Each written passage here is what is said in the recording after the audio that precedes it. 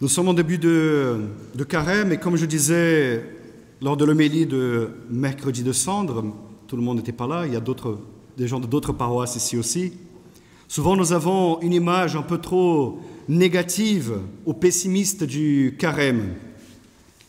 On constate souvent on réduit souvent le carême, les 40 jours, à 40 jours, comme je disais mercredi, 40 jours sans chocolat, 40 jours sans Nutella au petit déjeuner, comme si tout le monde, sans exception, mangeait 1 kilo de chocolat par jour pendant toute l'année.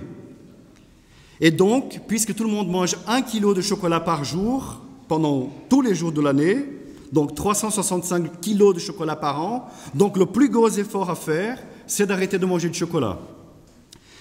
Je pense que c'est un peu trop réduire le sens du carême et un peu trop réduire le sens de nos efforts de carême, ce qui vient avec.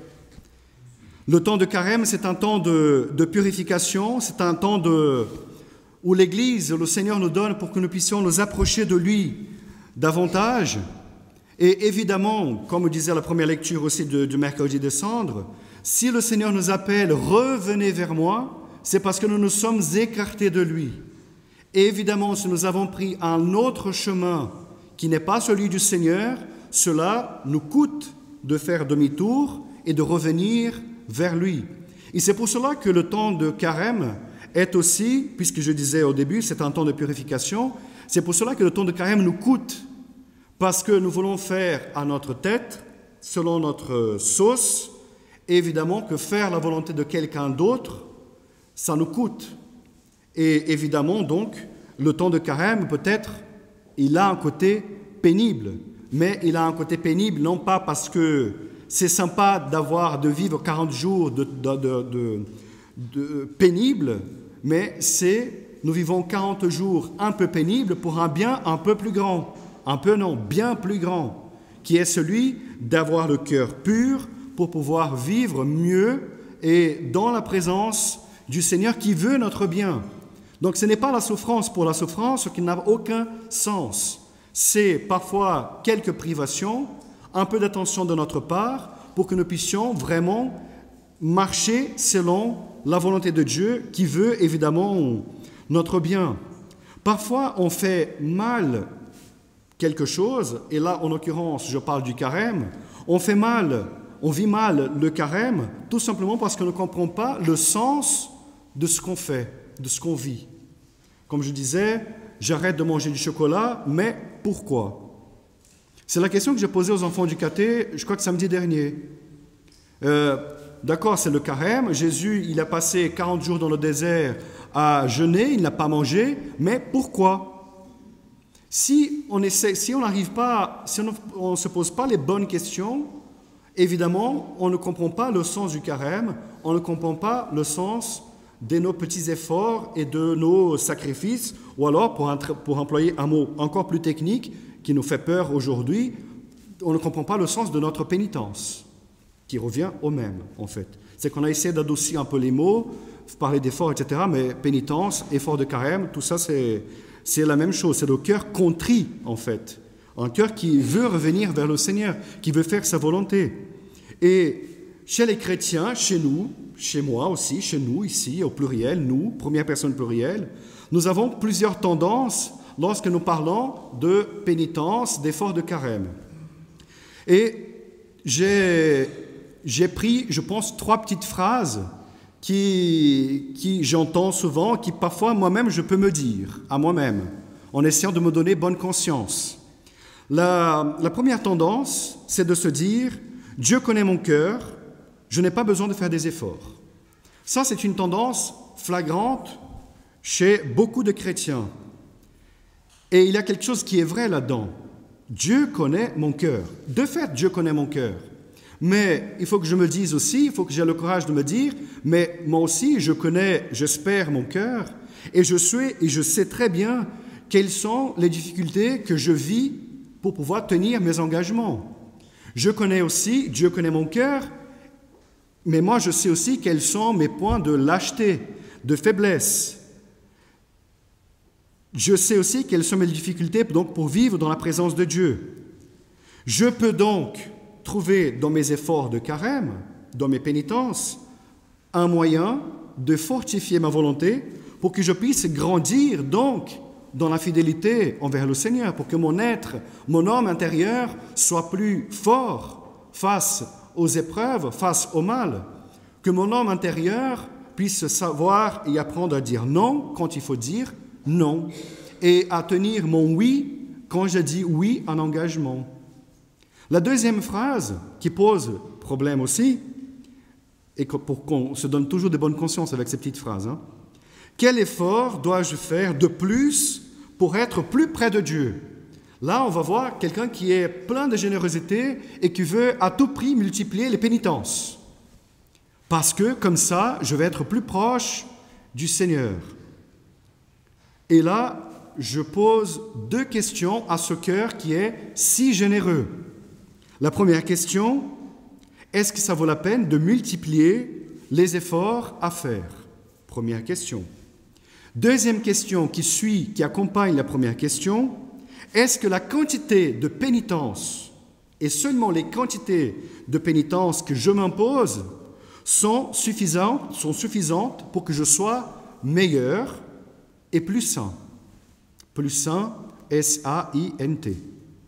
Je pose juste les deux questions pour quelqu'un qui a ce cœur si généreux, qui veut multiplier à tout prix les pénitences à faire. Vous avez compris que cette phrase pose question quand même. Troisième phrase, qui nous donne bonne conscience quand on l'a dit, « Je prie et je fais du bien aux autres. Cela suffit, pas besoin de sacrifice. » De fait, je prie et je fais du bien aux autres, ça montre bien le bon et le beau côté, ou alors le double sens de la charité. La charité est l'amour en acte, l'amour de Dieu, le don de soi, le don de Dieu envers nous. De fait, la charité me pousse à aimer Dieu et mon prochain. Jusque-là, il n'y a pas de problème, c'est tout à fait vrai. Mais qui nous a dit que les privations, que les pénitences n'ont aucune valeur? Qui m'a dit que la pénitence s'oppose à la charité? Ce que je vais essayer de vous montrer, c'est qu'en fait, la pénitence, nos efforts de carême, puisque nous sommes pendant le carême, ne remplacent pas ma prière et mes bonnes œuvres, mais que la pénitence, en fait, complète ma prière et mes bonnes œuvres. Ces trois petites phrases qui nous donnent bonne conscience, en fait, nous aident à mieux comprendre le sens des textes de la liturgie d'aujourd'hui. Ils nous aident aussi à comprendre le thème de la soirée d'aujourd'hui, « Demeurez en moi ». Nous avons Isaïe 58, le psaume 50 et Matthieu 9 comme lecture que la liturgie nous propose aujourd'hui. Dans la première lecture, un texte très intéressant, et nous pouvons tous nous y trouver dedans, d'une certaine manière. Il est parfois, comme il est un peu long, il peut être, et la façon avec laquelle il est écrit, j'avoue, il peut nous empêcher de bien le comprendre. Mais c'est un texte très intéressant. En gros, le peuple de Dieu, il veut connaître les chemins du Seigneur. Ça, c'est très clair. Le peuple, il veut connaître le chemin du Seigneur. Le peuple aussi veut que le Seigneur soit proche de lui. Je veux que Dieu soit proche de moi. Le peuple veut que Dieu soit proche de lui. Jusque-là, c'est très bien. Mais ce même peuple qui veut, comme je disais, connaître le chemin du Seigneur, qui veut que Dieu soit proche de lui, ce même peuple se plaint parce qu'ils ont la sensation et même la certitude que Dieu ne répond pas à leurs efforts, à leurs prières. Et Dieu va être très clair par la bouche du prophète Isaïe. C'est très dur, c'est très dur. Ce n'est pas en jeûnant comme vous le faites qui vous fera entendre là-haut votre voix. Il y a quelque chose d'extraordinaire. Parfois, nous aussi, on veut que Dieu réponde à notre prière. Nous voulons que Dieu soit avec nous. Nous faisons tous les efforts possibles, tout ce qui est à ma disposition. Je prie le chapelet, je fais l'aumône, je fais ceci, je fais cela, je vais à la messe, j'essaie d'aller à la messe tous les jours, je fais ça, je fais beaucoup de choses pour que Dieu soit proche de moi. Mais je fais tellement de choses que je fais aussi beaucoup de choses qui ne sont pas bonnes. Je me querelle tout le temps, je mens tout le temps, j'ai une langue qui n'entre pas dans ma bouche, je n'arrête pas de dire, de faire de commérages. Vous voyez, je fais de fait beaucoup de choses, bonnes et mauvaises. Et c'est justement pour cela que le Seigneur il va dire, ce n'est pas en jeûnant comme vous le faites qui vous fait entendre là-haut votre voix. Le même peuple qui prie et qui jeûne, c'est le même peuple qui n'arrête pas de se quereller. Et tout en même temps. Prière, jeûne et querelle. Comme si prière, acte de charité, bonnes œuvres et jeûne, comme si ces trois choses étaient complètement dissociées. Je peux prier Dieu et attaquer mon frère. Je peux jeûner et en même temps être avare. Il y a quelque chose qui ne va pas dans ma vie avec le Seigneur. Et donc, en fait, toute cette discussion touche exactement les trois points, les trois gros efforts de carême. La prière, le jeûne et l'aumône, ou le partage, pour comprendre plus facilement. On ne peut pas dissocier ces trois choses. Si on le dissocie, il y a un problème. Et après, on va se plaindre auprès du Seigneur, ma prière ne marche pas. Seigneur, tu n'es pas proche de moi. Évidemment, je demande que le Seigneur s'approche de moi. Et je lui dis, viens Seigneur. Vous voyez, et je fuis. Je lui demande de venir et je sors en même temps. Seigneur, viens régner dans mon cœur. Et je quitte la pièce. C'est à peu près dans ce sens-là. Il y a quelque chose qui ne va pas. Dans l'Évangile, il y a quelque chose de semblable. Dans l'Évangile, on voit les pharisiens qui sont en train de jeûner et qui accusent, qui jugent les autres qui ne font pas comme eux. Donc, ils se mettent à la place du juge suprême.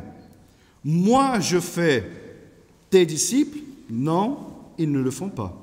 Donc, il y a quelque chose du même ordre, vous voyez. Moi, je jeûne, je prie, mais j'accuse, je condamne. Ça va à peu près dans le même sens de la première lecture. Pourquoi nous devons donc, à quoi sert finalement de faire des efforts de carême, de privation, des pénitences?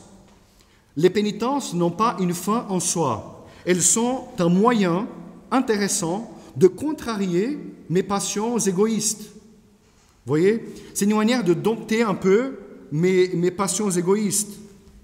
Parce que si je laisse mes passions me dominer, forcément j'aurai une tendance à croire que moi je suis le centre du monde, que tout est à moi et que moi je gère et que tout est à mon service finalement.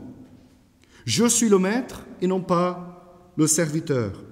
Donc les pénitences, mes efforts de carême vont m'aider à mortifier, à faire mourir mes passions égoïstes. Moi, je ne suis pas le centre du monde. Et puisque je ne suis pas le centre du monde, j'ai plus de place en moi pour Dieu. Et s'il y a plus de place pour Dieu en moi, il y a forcément plus de place pour aimer mon prochain. Vous voyez, tout est lié. Tout est lié. En fait, je dois comprendre par là que mes efforts de carême, ils potentialisent, j'ai dû chercher pour savoir si ça existe ce mot, mais mes efforts de carême potentialisent mon amour pour Dieu et pour le prochain. Et je pourrais... Et le Seigneur, en fait, puisqu'il y a un travail en moi, cela me pousse justement à vivre tous ces efforts, non pas en maître, mais dans l'humilité. Et c'est bien ça la petite phrase que nous avons chantée pendant le refrain du psaume. Le sacrifice qui plaît à Dieu, c'est un esprit brisé. Tu ne repousses pas, oh mon Dieu, un cœur brisé et broyé. Plusieurs fois, Jésus est apparu à Marguerite et Marie lorsqu'elles priaient devant le Saint-Sacrement. Et là, je vais lire quelques extraits de ce dialogue entre Jésus et Marie et Marguerite Marie. Et vous allez voir combien tout ce que je viens de vous dire est lié. Donc, je disais que Jésus apparaissait plusieurs fois quand elle priait devant le Saint-Sacrement. Et cela nous rappelle une vérité essentielle pour notre vie de foi. Le Tout-Puissant, se fait tout petit dans un petit bout de pain pour être avec nous, pour nous nourrir, pour nous aimer. L'humilité de Dieu dans l'hostie montre le chemin de l'amour. Dans l'Eucharistie, Dieu se donne à nous et le don de Dieu à nous demande, d'une certaine manière, exige de nous une réponse qui est aussi un accueil, l'accueil de Dieu dans ma vie. Lors d'une apparition, Jésus se plaint auprès de Marguerite Marie. Il lui dit « J'ai soif, mais d'une soif si ardente d'être aimé des hommes au Saint-Sacrement, que cette soif me consume. » C'est là que le Seigneur, il nous casse un peu. Il nous casse parce que nous croyons que par nos bonnes œuvres, tout simplement, par nos bonnes œuvres, par tout ce que je fais de bien et de bon, de beau, je vais attirer sur moi toutes ces grâces. Les grâces de Dieu vont venir sur moi parce que je fais des choses pour le bon Dieu. Et le Seigneur nous montre par là, par l'Eucharistie, que ce n'est pas par mes bonnes œuvres que les grâces me sont données. C'est parce qu'il est amour et qu'il se donne d'abord à moi. Et tout ce que je fais ensuite comme bonnes œuvres, c'est une conséquence pour mieux répondre à cet amour de Dieu, pour correspondre à cet amour de Dieu pour moi. D'ailleurs, puisqu'il est question de correspondre à cet amour, comment bien correspondre à cet amour de Dieu qui se donne et se donne sans cesse? À Marguerite Marie, le Seigneur fait une invitation. Je lis texto.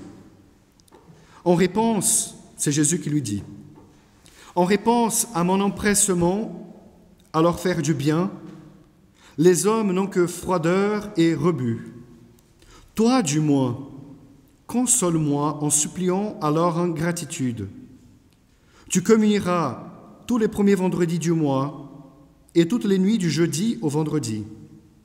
Je te ferai participer, et toutes les nuits du jeudi au vendredi, je te ferai participer à cette tristesse si mortelle que j'ai voulu porter au jardin des Oliviers.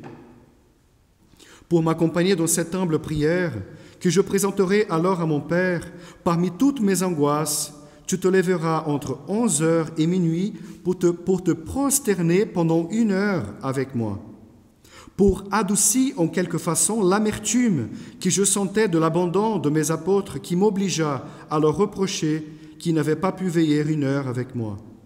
Et pendant cette heure, tu feras ce que je t'enseignerai. C'est quand même un appel extraordinaire.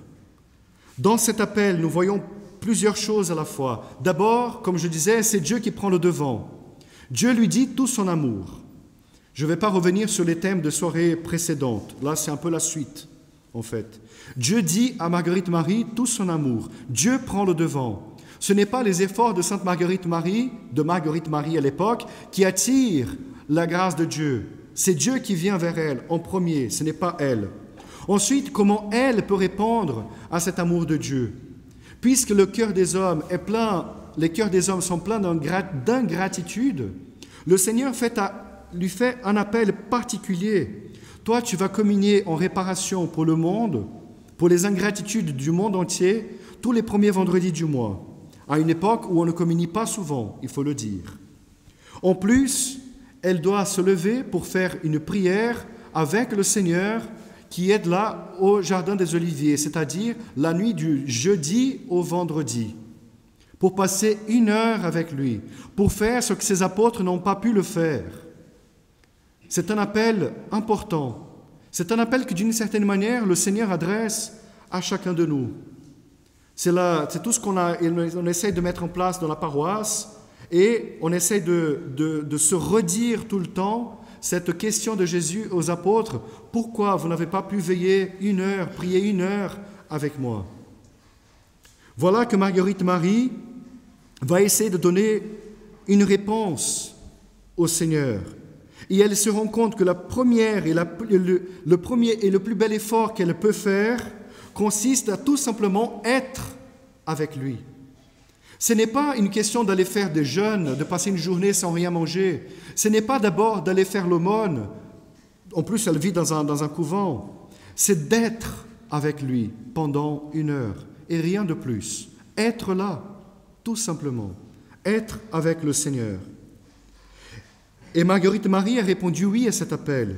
Et elle écrit, « Devant le Saint-Sacrement, je me sentais tellement impliquée que jamais je ne m'y ennuyais. Et j'y aurais passé des jours et des nuits entières, sans boire ni manger et sans savoir ce que je faisais, pour amour. Mon plus grand contentement est d'être devant le Saint-Sacrement, où mon cœur est comme dans son centre.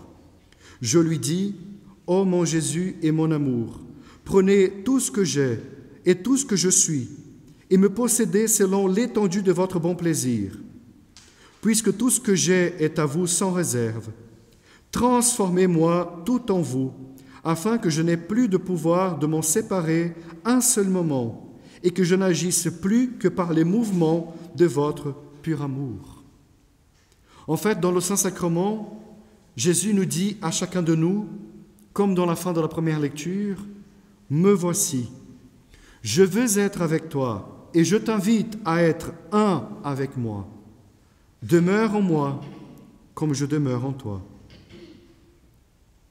Quelle est la réponse que je donne à l'appel du Seigneur aujourd'hui? Amen.